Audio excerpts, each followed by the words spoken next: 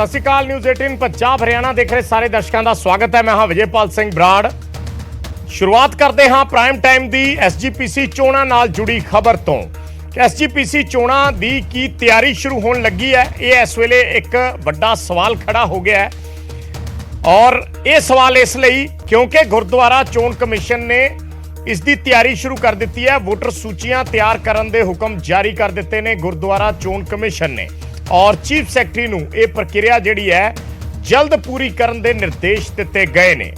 Gurdwara चोण commission का क्योंकि अधिकार खेतर हुंदा है चोणां करवाउणियां, और जदों गुरुद्वारा चोण कमिशन नूं किसी तरीके का इशारा होवे या आइडिया होवे कि चोणां होणियां ने आउण वाले टाइम दे विच, तां गुरुद्वारा चोण कमिशन वोटर सूचियां जिहड़ियां ने उसनूं पूरा करन दी प्रक्रिया जिहड़ी है वो शुरू कर दिंदे ने। और हुण गुरुद्वारा चोण कमिशन वल्लों वोटर सूचियां पूरी तैयार करन दी जिहड़ी है वो प्रक्रिया शुरू कर दी गई है। उसके हुक्म जारी लिखती हुक्म जारी कर दिते गए ने। चीफ सैकटरी नूं ये प्रक्रिया छेती पूरी करने के निर्देश दिते ने। घट्टो घट्ट उस दे विच लिखिया गया कि उम्र 21 साल होवे वोटर बनने दे लई, और पूर्ण सिख होना चाहिए। मतलब केसधारी सिख व्यक्ति है वही वोट पा सकता है, ਜਿਹੜਾ अपने दाढ़ी बाल नहीं कटदा, सिर ते दस्तार सजाउंदा है। और बीबियां भी जड़ियां पूर्ण सिख ने उही वोट पाउण दियां हकदार हुंदियां ने। पूर्ण सिख ही वोट पा सकता है। और इस दी तैयारी जिहड़ी है गुरुद्वारा कमिशन ने शुरू कर दी है। यानी अगले दिनों के विच SGPC चोणां दी सुगबुगाहट सुनाई देन लगी है। अगले दिनों के विच SGPC चोणां हो सकदियां। ये चर्चा इसलिए भी क्योंकि पिछले दिनों के विच SGPC नाल जुड़े बहुत सारे मुद्दे चर्चा दे विच रहे ने। बार बार एक जिहड़ी पार्टी है श्रोमणी अकाली दल, उसते ये विरोधी पार्टियां इल्जाम लाउंदियां ने या विरोधी पार्टियां ये कह के घेरदियां ने कि SGPC जिहड़ी है वो श्रोमणी अकाली दल के अधिकार हेठ है, या SGPC ते कब्जे की गल वख-वख पार्टियां वल्लों कीती जाती है। इस करके भी वोटिंग की चर्चा जिहड़ी है पिछले समय के दौरान भी रही है, और हुण एक बारी फिर होण लग पई है। गुरचरण सिंह गरेवाल साडे नाल जुड़े ने, जनरल सकत्तर ने SGPC दे। गरेवाल साहब बहुत बहुत स्वागत है न्यूज़ 18 ते। एक बारी फिर चर्चा जिहड़ी है वो उठ खड़ी हुई है क्योंकि गुरुद्वारा चोण कमिशन ने वोटर सूचियां की प्रक्रिया पूरी करने को कहता है। डॉक्टर साहब बिल्कुल ठीक है, तो बड़ी देर की उड़ीक कर रहे हैं क्योंकि साडे ते इस गल का इल्जाम लगता, सानू लांभा दिता जाता जदों कि श्रोमणी कमेटी ਜਾਂ ਅਕਾਲੀ ਦਲ ਦਾ ਇਹਦੇ ਵਿੱਚ ਕੋਈ ਰੋਲ ਨਹੀਂ। ਚੋਣਾਂ ਕਰਾਉਣੀਆਂ ਸਰਕਾਰ ਨੇ, ਤੇ ਬੜਾ ਚੰਗਾ ਕੀਤਾ, ਅਸੀਂ ਸਵਾਗਤ ਕਰਦੇ ਹਾਂ ਇਸ ਫੈਸਲੇ ਦਾ। ਤੇ ਨਾਲੇ ਹੁਣ ਇਸ ਗੱਲ ਦਾ ਵੀ ਭੁਲੇਖਾ ਨਿਕਲ ਜਾਏਗਾ ਕਿ ਜੀ ਇੱਥੇ ਕਾਬਜ ਨੇ ਲੋਕ, ਇੱਥੇ ਫਲਾਨਾ ਨੇ। ਸੰਗਤ ਜਿਹਨੂੰ ਚੁਣ ਕੇ ਲਿਆਏਗੀ ਉਹ ਸੇਵਾ ਸੰਭਾਲਣਗੇ। ਬੜੀ ਚੰਗੀ ਗੱਲ ਆ, ਅਸੀਂ ਤਾਂ ਇਸ ਗੱਲ ਦਾ ਸਵਾਗਤ ਕਰਦੇ ਹਾਂ ਜਿਹੜਾ ਫੈਸਲਾ ਆਇਆ। ਮਤਲਬ ਤੁਸੀਂ ਜੇ ਚੋਣਾਂ ਹੋ ਜਾਂਦੀਆਂ ਤਾਂ ਤੁਹਾਡੀ ਤਿਆਰੀ ਪੂਰੀ ਹੈ, ਤੁਸੀਂ ਤਿਆਰ ਹੋ? ਜੀ ਮੈਂ ਇਹ ਦੱਸਦਾ ਗੱਲ ਕਿ ਦੇਖੋ ਸੰਗਤ ਜਿਹਨੂੰ ਸਮਝੂਗੀ ਬਈ ਇਹ ਲੋਕ ਜਿਹੜੇ ਆ ਇਹ ਸੇਵਾ ਧਰਮ ਦੀ ਕੌਮ ਦੀ ਸੇਵਾ ਕਰ ਸਕਦੇ ਆ, ਜਿਹੜੀ ਪਿਛਲੇ ਸਮੇਂ ਦੀ ਸੇਵਾ ਚੱਲ ਰਹੀ ਆ ਉਹਨੂੰ ਜੇ ਉਹ ਯੋਗ ਸਮਝਣਗੇ, ਠੀਕ ਸਮਝਣਗੇ, ਤਾਂ ਫਿਰ ਉਹਨੂੰ ਚੁਣ ਕੇ ਲੈ ਆਉਣਗੇ। ਸੋ ਇਹਦੇ ਤਿਆਰੀ ਵਾਲੀ ਗੱਲ ਇਸ ਤਰ੍ਹਾਂ ਨਾ ਜੀ ਕਿ ਇਹਦੇ ਤਿਆਰੀ 'ਚ ਕਿਹੜਾ ਕੋਈ ਕਿਸੇ ਤਰ੍ਹਾਂ ਦਾ ਕੋਈ ਪੈਸੇ ਦੇ ਕੇ ਵੋਟ ਖਰੀਦਣੀ ਆ, ਜਾਂ ਕੋਈ ਨਸ਼ਾ ਵੰਡਣਾ, ਜਾਂ ਕੋਈ ਹੋਰ ਕਿਸੇ ਤਰ੍ਹਾਂ ਦੀ ਫੇਰ ਬਦਲ ਕਰਨੀ ਆ। ਇਹ ਤਾਂ ਉਹ ਬੰਦੇ ਦੇ ਕਿਰਦਾਰ ਨੂੰ ਆ। ਅਸੀਂ ਤਾਂ ਚਾਹਾਂਗੇ ਕਿ ਸੰਗਤ ਜਿਹੜੀ ਆ ਉਹ ਇਸ ਗੱਲ ਨੂੰ, ਕਿਉਂਕਿ ਐਤਕੀ ਵੋਟਾਂ ਜਿਹੜੀਆਂ ਪਹਿਲਾਂ ਨਾਲੋਂ ਥੋੜਾ ਵੱਖਰਾ ਵਾ, ਕਿਉਂਕਿ ਐਤਕੀ ਜਿਹੜੀ ਸ਼ਰਤ ਆ ਉਹ ਪੂਰਾ ਜਿਹੜਾ ਸਿੱਖੀ ਸਰੂਪ ਪੂਰਾ ਹੋਣਾ ਚਾਹੀਦਾ ਜੀ। ਤੇ ਉਹ ਸਿੱਖੀ ਸਰੂਪ ਦੀਆਂ ਵੋਟਾਂ ਬਣਨੀਆਂ, ਫੋਟੋ ਕਾਰਡ ਵੋਟਾਂ ਬਣਨੀਆਂ। ਇਸ ਕਰਕੇ ਬਹੁਤ ਚੰਗੀ ਗੱਲ ਆ। ਭਾਵੇਂ ਕਿ ਇਸ ਗੱਲ ਦਾ ਲੋਕ ਇਤਰਾਜ਼ ਚੁੱਕਣਗੇ, ਪਾਰਟੀਆਂ ਕਹਿਣਗੀਆਂ ਸਹਿਜਧਾਰੀਆਂ ਨੂੰ ਕੱਟਦਾ। ਅਸੀਂ ਤਾਂ ਬੇਨਤੀ ਕਰਦੇ ਹਾਂ ਹੱਥ ਜੋੜ ਕੇ ਕਿ ਜਿਹੜੇ ਵੀ ਸਿੱਖ ਘਰ ਦੇ ਵਿੱਚ ਜਨਮੇ ਬੱਚੇ ਆ ਉਹ ਕਿਰਪਾ ਕਰਕੇ ਵੋਟ ਪਾਉਣ ਦਾ ਅਧਿਕਾਰ ਸਭ ਨੂੰ ਆ, ਉਹ ਦਾੜੀ ਕੇਸ ਰੱਖਣ ਤਾਂ ਕਿ ਅਸੀਂ ਜਿਹੜੇ ਗੁਰਦੁਆਰਾ ਦੇ ਪ੍ਰਬੰਧ ਦੇ ਵਿੱਚ ਨਹੀਂ। ਚਲੋ ਖੈਰ ਮੈਂ गरेवाल ਸਾਹਿਬ ਤਿਆਰੀ ਦੀ ਗੱਲ ਤੇ ਇਸ ਲਈ ਕੀਤੀ ਕਿ ਵੋਟਾਂ ਤੇ ਵੋਟਾਂ ਹੀ ਹੁੰਦੀਆਂ। ਜਿਹੜੀ ਪਾਰਟੀ ਹੈ ਉਹਨੂੰ ਤੇ ਉਹਦੇ ਲਈ ਤਿਆਰ ਉਸੇ ਤਰੀਕੇ ਨਾਲ ਹੋਣਾ ਹੀ ਪੈਂਦਾ। ਔਰ ਖਾਸ ਕਰਕੇ ਜੇ ਮੈਂ ਸ਼੍ਰੋਮਣੀ ਅਕਾਲੀ ਦਲ ਦਾ ਜ਼ਿਕਰ ਕਰਾਂ ਤਾਂ ਅਕਾਲੀ ਦਲ ਦੇ ਲਈ ਤਾਂ ਬਹੁਤ ਜ਼ਿਆਦਾ ਮਹੱਤਵਪੂਰਨ ਨੇ SGPC ਦੀਆਂ ਚੋਣਾਂ, ਕਿਉਂਕਿ ਤੁਸੀਂ ਜਿਸ ਤਰੀਕੇ ਨਾਲ ਜੇ ਪੰਜਾਬ ਦੇ ਵਿੱਚ ਵਿਚਰਨਾ ਹੈ, ਅੱਗੇ ਪਾਰਟੀ ਨੇ ਅੱਗੇ ਜਾਣਾ ਹੈ, ਤਾਂ ਉਹਦੇ ਨਾਲ ਜਿਹੜੇ ਧਾਰਮਿਕ ਮਸਲੇ ਨੇ ਉਹ ਵੀ ਪੈਰਲਲ ਨਾਲ ਚੱਲਦੇ ਨੇ। ਔਰ ਇਸ ਕਰਕੇ ਅਕਾਲੀ ਦਲ ਦੀ ਸ਼ੁਰੂ ਤੋਂ ਹੀ ਇਹ ਕੋਸ਼ਿਸ਼ ਤੇ ਰਹਿੰਦੀ ਹੈ ਕਿ ਇਹਨਾਂ ਸੰਸਥਾਵਾਂ ਤੇ ਅਸੀਂ ਕਿਸੇ ਵੀ ਤਰੀਕੇ ਨਾਲ ਆਪਦੇ ਵੱਧ ਤੋਂ ਵੱਧ ਮੈਂਬਰ ਬਣਾ ਕੇ ਭੇਜੀਏ।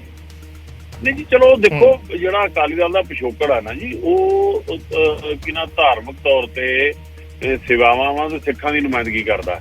ਹੋਰ ਕੋਈ ਪਾਰਟੀ ਨਹੀਂ ਹੈਗੀ ਜਿਹੜੀ ਖੁੱਲੇ ਤੌਰ ਤੇ ਹੋਰ ਠੀਕ ਆ ਸਿਮਰਜੀਤ ਸਿੰਘ ਮਾਨ ਸਾਹਿਬ ਆ ਜਾਂ ਕੋਈ ਹੋਰ ਜਥੇਬੰਦੀਆਂ ਹੈ, ਪਰ ਵੱਡੀ ਪੱਧਰ ਤੇ ਜੇ ਕੋਈ ਪਾਰਟੀ ਆ ਤੇ ਉਹ ਅਕਾਲੀ ਦਲ ਹੀ ਇਸ ਗੱਲ ਦੀ ਨੁਮਾਇੰਦਗੀ ਕਰਦਾ। ਇਸ ਕਰਕੇ ਅਕਾਲੀ ਦਲ ਵੱਲੋਂ ਇਹ ਚੋਣਾਂ ਵਿੱਚ ਹਿੱਸਾ ਲਿਆ ਜਾਂਦਾ ਤੇ ਲੈਣਾ ਵੀ ਚਾਹੀਦਾ, ਇਹਦੇ ਵਿੱਚ ਕੀ ਇਤਰਾਜ਼ ਵਾਲੀ ਗੱਲ ਆ, ਪਰ ਫੈਸਲਾ ਤਾਂ ਸੰਗਤ ਨੇ ਕਰਨਾ ਨਾ ਜੀ।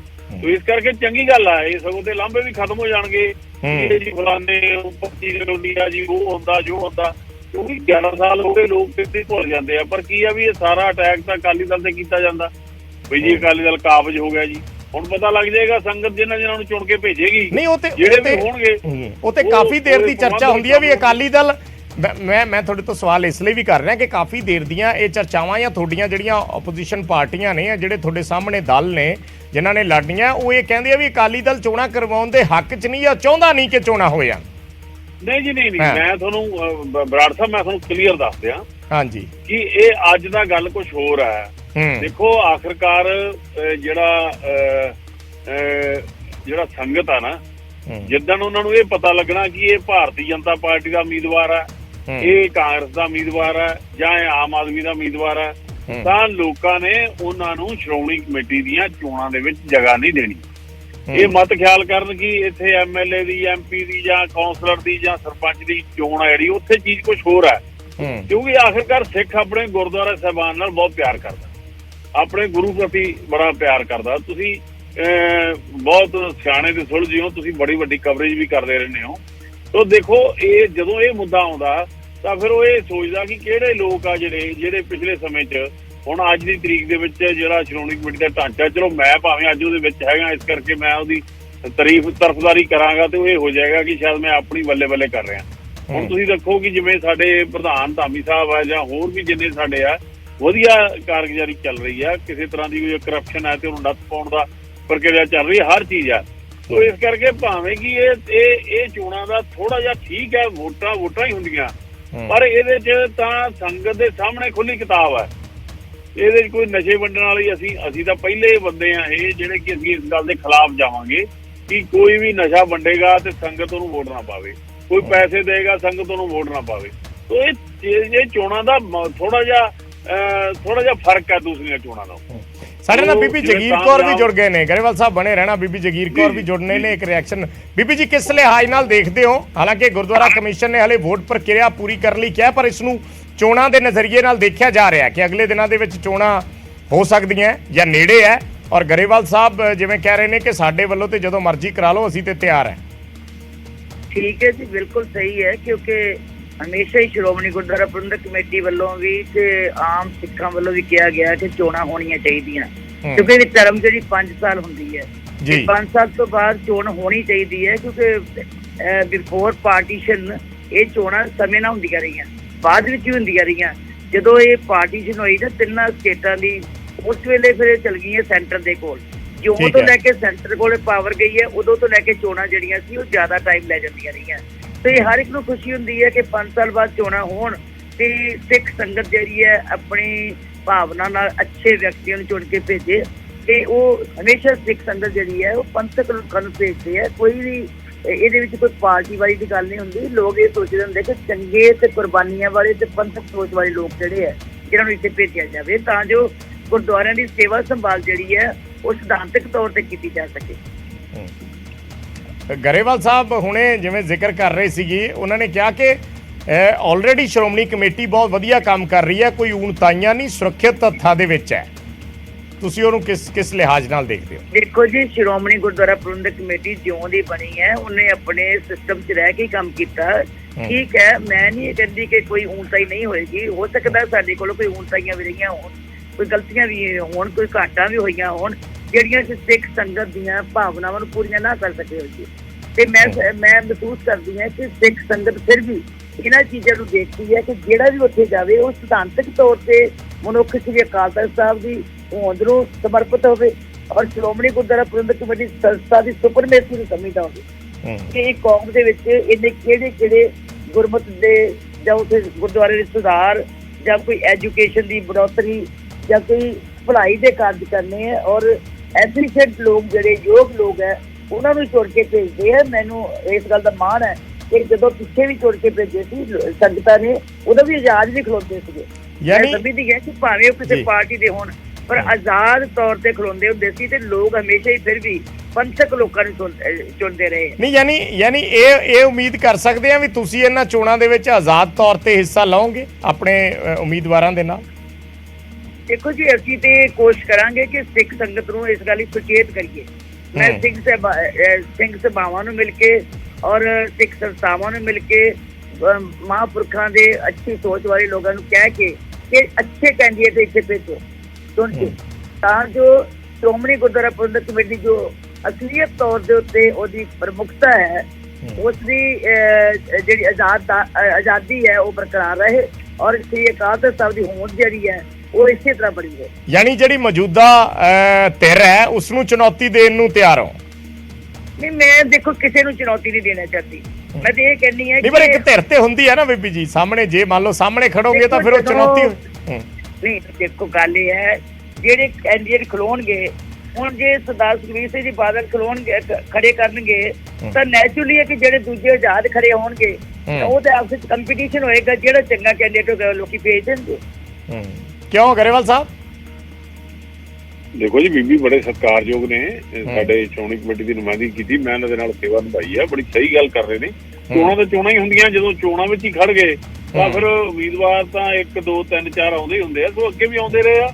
ਇਹ ਤਾਂ ਕੋਈ ਗੱਲ ਨਹੀਂ, ਗੱਲ ਬਿਲਕੁਲ ਠੀਕ ਕਹੀ ਆ ਬੀਬੀ ਜੀ ਨੇ ਕਿ ਸੰਗਤ ਜਿਹੜੀ ਆ ਉਹ ਉਸ ਨੂੰ ਚੁਣਦੀ ਆ ਜਿਹਦੇ ਤੇ ਉਹਨਾਂ ਦੇ ਮਨ ਦੇ ਤੌਰ ਤੇ ਵਿਸ਼ਵਾਸ ਹੁੰਦਾ ਕਿ ਇਹ ਜਿਸ ਕਾਰਜ ਲਈ ਵੋਟ ਪਾ ਰਹੇ ਆ ਅਸੀਂ ਉਸ ਕਾਰਜ ਨੂੰ ਬੜੀ ਸੁਚੱਜੇ ਢੰਗ ਨਾਲ ਚਲਾਏਗਾ। ਵਾਕਈ ਇਸ ਵਿੱਚ ਕੋਈ ਸ਼ੱਕ ਨਹੀਂ ਕਿ ਜਿਹੜਾ ਸਿਸਟਮ ਆ, ਸਿਸਟਮ ਵਿੱਚ ਉਣਤਾਈਆਂ ਰਹਿ ਜਾਂਦੀਆਂ, ਉਸ ਉਣਤਾਈਆਂ 'ਚ ਅਸੀਂ ਸਾਰੇ ਹੀ ਇਸ ਗੱਲ ਨੂੰ ਸਮਝਦੇ ਹਾਂ।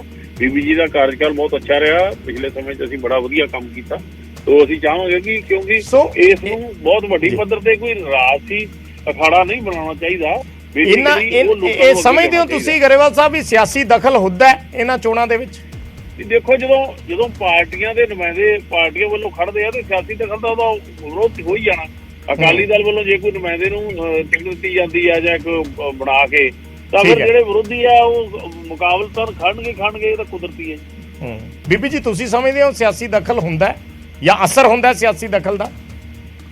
ਇਹ ਕੁਦਰਤੀ ਹੈ ਜੀ। ਜਦੋਂ ਸ਼੍ਰੋਮਣੀ ਅਕਾਲੀ ਦਲ ਕੋਈ ਨੁਮਾਇੰਦਾ ਖਿਲਾਰਦਾ, ਮਤਲਬ ਮੈਂ ਹੀ ਚੋਣ ਲੜਦੀ ਸੀ ਕਿ ਮੇਰੇ ਮੁਕਾਬਲੇ ਦੇ ਉੱਤੇ ਜਿਹੜੇ ਕਾਂਗਰਸ ਵਾਲੇ ਸੀ ਜਾਂ ਦੂਜੇ ਆਜ਼ਾਦ ਖੜਾ ਕਰ ਦਿੰਦੇ ਸੀ, ਤੇ ਨੈਚੁਰਲੀ ਹੈ ਜੀ ਜਦੋਂ ਕੋਈ ਇੱਕ ਪਾਰਟੀ ਖੜਾ ਕਰਦੀ ਹੈ ਦੂਜੇ ਪਾਸੇ ਆਜ਼ਾਦ ਖੜਾ ਹੋ ਜਾਂਦਾ। ਕੋਈ ਹੋਏਗਾ ਕਿ ਜਿੱਥੇ ਬਹੁਮਤ ਕੁਦਰਤੀ ਹੋ ਜਾਵੇ, ਕਹਿੰਦੇ ਬਰਾਬਰ ਕੀ ਕਹਿੰਦੇ ਜਿਹੜੇ ਬਿਨਾਂ ਮੁਕਾਬਲੇ ਤੋਂ, ਆਮ ਤੌਰ ਦੇ ਉੱਤੇ ਕੋਈ ਨਾ ਕੋਈ ਤਾਂ ਖੜਾ ਹੁੰਦਾ ਹੀ ਹੈ ਜੀ, ਤੇ ਕੋਈ ਨਾ ਕੋਈ ਖੜੀ ਹੁੰਦੀ ਹੈ, ਪਰ ਇਹ ਹੈਗਾ ਕਿ ਉਹ ਆਜ਼ਾਦ ਖੜੀ ਹੁੰਦੀ ਹੈ ਤੇ ਇੱਕ ਸ਼੍ਰੋਮਣੀ ਅਕਾਲੀ ਦਲ ਹੈ ਜਿਹੜਾ ਆਪਣੇ ਨਿਸ਼ਾਨ ਦੇ ਉੱਤੇ ਖੜਾ ਕਰਦਾ ਹੈ। ਠੀਕ ਹੈ, ਧੰਨਵਾਦ ਬੀਬੀ ਜੀ ਸਾਡੇ ਨਾਲ ਜੁੜਨ ਲਈ। ਗਰੇਵਾਲ ਸਾਹਿਬ ਬਹੁਤ ਬਹੁਤ ਸ਼ੁਕਰੀਆ, ਤੁਸੀਂ ਜੁੜੇ, ਸਾਡੇ ਨਾਲ ਗੱਲਬਾਤ ਕੀਤੀ। SGPC ਚੋਣਾਂ ਨੂੰ ਲੈ ਕੇ ਸਰਗੋਸ਼ੀਆਂ ਸੁਣਾਈ ਦੇਣ ਲੱਗੀਆਂ ਨੇ ਕਿਉਂਕਿ ਗੁਰਦੁਆਰਾ ਚੋਣ ਕਮਿਸ਼ਨ ਨੇ ਵੋਟਰ ਸੂਚੀਆਂ ਮੁਕੰਮਲ ਕਰਨ ਦੀ ਤਿਆਰੀ ਸ਼ੁਰੂ ਕਰ ਦਿੱਤੀ ਹੈ ਔਰ ਪੰਜਾਬ ਦੇ ਜਿਹੜੇ ਚੀਫ ਸੈਕਟਰੀ ਨੇ ਉਹਨਾਂ ਨੂੰ ਕਹਿ ਦਿੱਤਾ ਹੈ।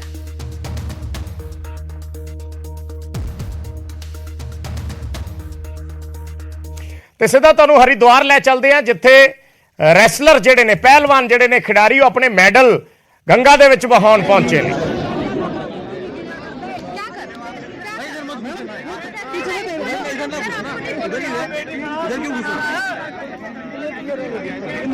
ਤਾਂ ਇਹ ਹਰਿਦੁਆਰ ਤੋਂ ਸਿੱਧੀਆਂ ਤਸਵੀਰਾਂ ਅਸੀਂ ਦਿਖਾ ਰਹੇ ਹਾਂ।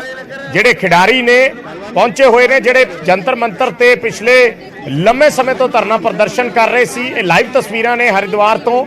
ਉੱਥੇ ਗੰਗਾ ਦੇ ਵਿੱਚ ਆਪਣੇ ਇਹ ਮੈਡਲ ਵਹਾਉਣ ਦੇ ਲਈ ਪਹੁੰਚੇ ਹੋਏ ਨੇ ਖਿਡਾਰੀ ਜਿਹੜੇ ਨੇ ਨਜ਼ਰ ਆ ਰਹੇ ਨੇ ਤਸਵੀਰਾਂ ਦੇ ਵਿੱਚ ਹਰਿਦੁਆਰ ਦੇ ਵਿੱਚ।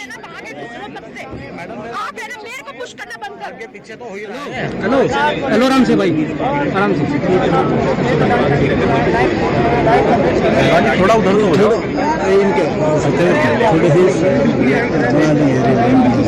कृपया ध्यान दें, वीरेंद्र सिंह, अनिल और उनके साथी जो फिरोजाबाद के रहने वाले हैं, यदि कहीं इस आवाज को सुन रहे हो तो किसी से भी पूछकर सेवा समिति सुबह घाट पर आ जाएं। यहाँ पर आपकी प्रिया देवी आपका इंतजार कर रही है। ਤਾਂ ਹਰਿਦੁਆਰ ਦੇ ਗੰਗਾ ਤੱਟ ਤੇ ਖਿਡਾਰੀ ਪਹੁੰਚੇ ਨੇ ਔਰ ਉਸ ਤੋਂ ਬਾਅਦ ਉਹਨਾਂ ਨੇ ਇੰਡੀਆ ਗੇਟ ਤੇ ਅਨਸ਼ਨ ਦਾ ਐਲਾਨ ਕੀਤਾ ਹੋਇਆ ਹੈ। ਇਸ ਤੋਂ ਬਾਅਦ ਮੈਡਲ ਇੱਥੇ ਵਹਾਉਣ ਤੋਂ ਬਾਅਦ ਉਹਨਾਂ ਨੇ ਕਿਹਾ ਕਿ ਅਸੀਂ ਇੰਡੀਆ ਗੇਟ ਤੇ ਅਨਸ਼ਨ ਕਰਾਂਗੇ। ਹਾਕੀ ਜਿਹੜੇ ਪਹਿਲਵਾਨ ਨੇ ਉਹ ਸਾਰੇ ਇਸ ਵੇਲੇ ਹਰਿਦੁਆਰ ਪਹੁੰਚੇ ਹੋਏ ਨੇ। ਗੰਗਾ ਦੇ ਵਿੱਚ ਜਿਹੜਾ ਹੈ ਆਪਣੇ 올림픽ਸ ਤੇ ਹੋਰ ਜਿਨ੍ਹਾਂ ਨੂੰ 골ਡ ਮੈਡਲ ਮਿਲੇ ਨੇ ਉਹ ਗੰਗਾ ਦੇ ਵਿੱਚ ਪ੍ਰਵਾਹਿਤ ਕਰਨ ਦੇ ਲਈ ਇਹ ਜਿਹੜੇ ਖਿਡਾਰੀ ਨੇ ਉੱਥੇ ਪਹੁੰਚੇ ਹੋਏ ਨੇ। ਇਹਨਾਂ ਵੱਲੋਂ ਐਲਾਨ ਕੀਤਾ ਗਿਆ ਸੀ।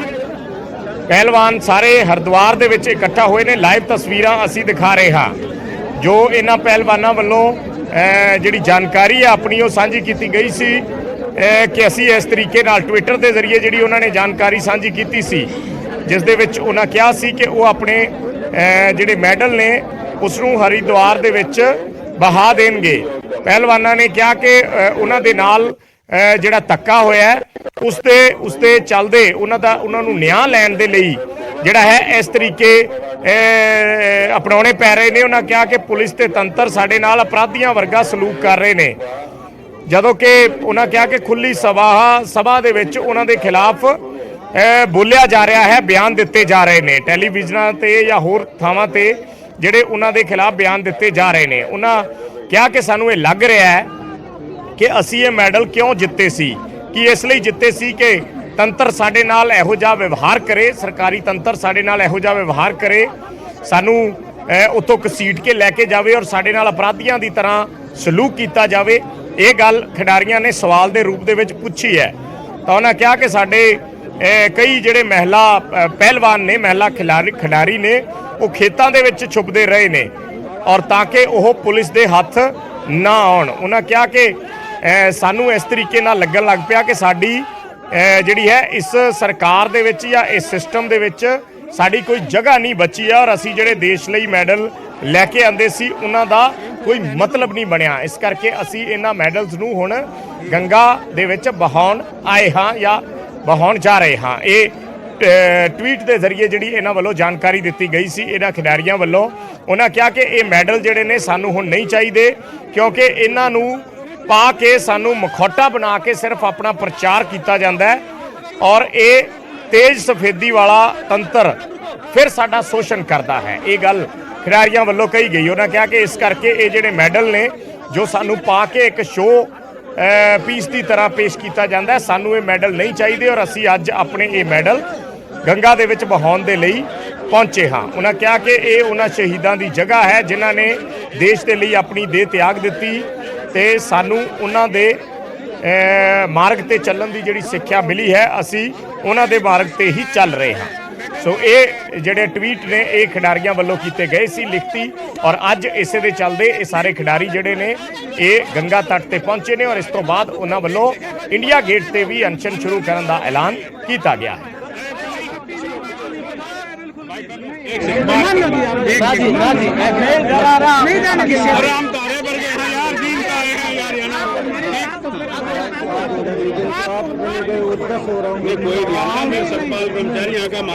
खिडारियों ने अपने ट्वीट ਦੇ ਵਿੱਚ ਇਹ ਵੀ ਲਿਖਿਆ ਕਿ 28 ਮਈ ਨੂੰ ਜੋ ਕੁਝ ਹੋਇਆ ਉਹ ਤੁਸੀਂ ਸਭ ਨੇ ਦੇਖਿਆ। ਪੁਲਿਸ ਨੇ ਸਾਡੇ ਲੋਕਾਂ ਦੇ ਨਾਲ ਕਿੱਦਾਂ ਦਾ ਵਿਵਹਾਰ ਕੀਤਾ, ਕਿਸ ਤਰੀਕੇ ਨਾਲ ਸਾਡੇ ਨਾਲ ਬਰਬਰਤਾ ਦਿਖਾਈ ਗਈ। ਅਸੀਂ ਸ਼ਾਂਤੀਪੂਰਨ ਅੰਦੋਲਨ ਕਰ ਰਹੇ ਸੀ, ਸਾਡੀ ਅੰਦੋਲਨ ਦੀ ਜਗ੍ਹਾ ਨੂੰ ਵੀ ਤਹਿਸ ਨਹਿਸ ਕਰ ਦਿੱਤਾ ਗਿਆ ਔਰ ਅਗਲੇ ਦਿਨ ਗੰਭੀਰ ਮਾਮਲਿਆਂ 'ਚ ਉਹਨਾਂ ਤੇ FIR ਵੀ ਦਰਜ ਕਰ ਦਿੱਤੀਆਂ ਗਈਆਂ। ਉਹਨਾਂ ਕਿਹਾ ਕਿ ਕੀ ਮਹਿਲਾ ਪਹਿਲਵਾਨਾਂ ਵੱਲੋਂ ਆਪਣੇ ਨਾਲ ਹੁੰਦੇ हैरासमेंट के लिए न्याय मंगना गलत है, ये गल सवाल के रूप में पूछी गई है। कांग्रेस तुम्हारे साथ